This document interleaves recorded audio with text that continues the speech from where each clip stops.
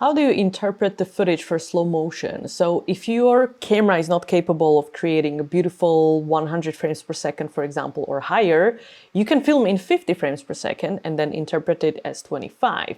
So you're gonna get a little bit of a slow motion without losing any quality, but you need to obviously record in 50 frames per second. I'm gonna show you two examples, right? So when I record footage with my Sony Alpha, I can go to 100 frames per second at 4K.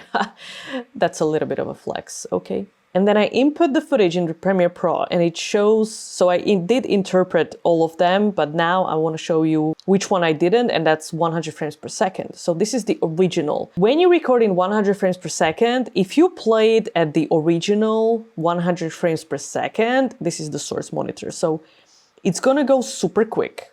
Why? Because it's going through 100 frames per second. So there's a lot of pictures. So it kind of seems like Charlie Chaplin film, you know, like it's sped up basically. So what you have to do in order to get the slow motion, you can of course drag it in your timeline and then slow it down to 25%, which gives you 25 frames per second essentially. However, what I like doing instead is to interpret the footage. Why? Because then I change it to 25 frames per second as a source. So whatever I do with this footage in my timeline, it doesn't matter because my source is now 25. So there could be some mismatch, you know, if I do the speed and then I change it by accident or do stuff with it. I want to change the source to 25 rather than drag it in the timeline. I did have some glitch when I did the proxies this way, so, you know, let me know also if you have some issues. So anyway, so I right click at this original footage and go to modify and then interpret footage.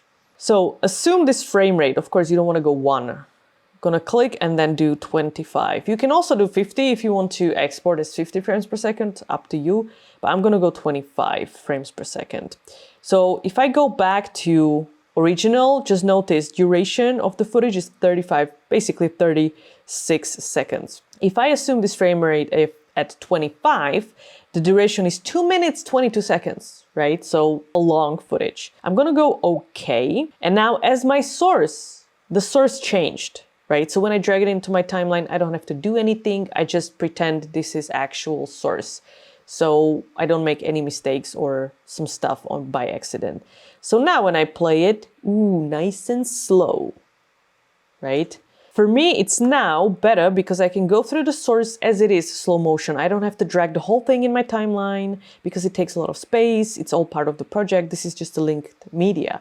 So now I can just choose from my source which part of that video I want to use in the slow motion because now I can see how it actually looks like. And then I'm just gonna do in and out and add it into my timeline. And it's just this bit that I want to use.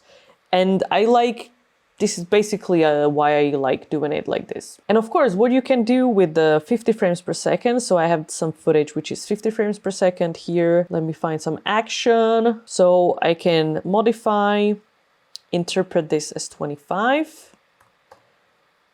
It's basically only like half speed. So the difference is not going to be like huge.